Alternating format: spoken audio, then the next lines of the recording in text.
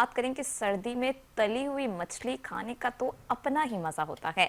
जैसे जैसे सर्दी में इजाफा हो रहा है वैसे वैसे लोगों की दिलचस्पी भी गरम गरम तली हुई मछली की तरफ बढ़ती जा रही है। बाजारों में मछली के स्टॉल्स पर रश, तड़तड़ाहट की आवाज और खुशबू सर्द मौसम की शामों को मजीद लुत्फ दे रही है। मजीद जानते हैं इरफान अराई से। जी इरफान, बताइएगा।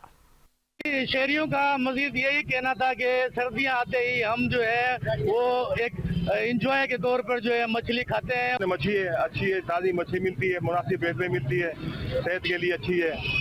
और तो वैसे कि मिलावट वाले कोई चीज़ इनके पास है नहीं। अच्छे बंदे में अच्छी मछली बेच रहे हैं यहाँ पे। जो सरकारी बाग के गेट के पास जो ये मछली वाला जो है तमाम बेहतरीन और जायकेदार जो है मछली तल रहा है और रियायत से जो है ये आवाम को दे रहा है। तो हम भी आवाम को यही बोलेंगे कि आप एक दफ़ा आए, खा के देखें, अगर जायका अच्छा लगेगा तो आप फिर बार बार आएंगे। मछली जो है वो हमारे सेहत के लिए बहुत मुफीद है। जी बहुत शुक्रिया तफसीलात से आगाह करने के लिए। और इसके साथ ही न्यूज़ बुलेटिन से फिल वक्त इतना ही। कुछ ही देर में हाजिर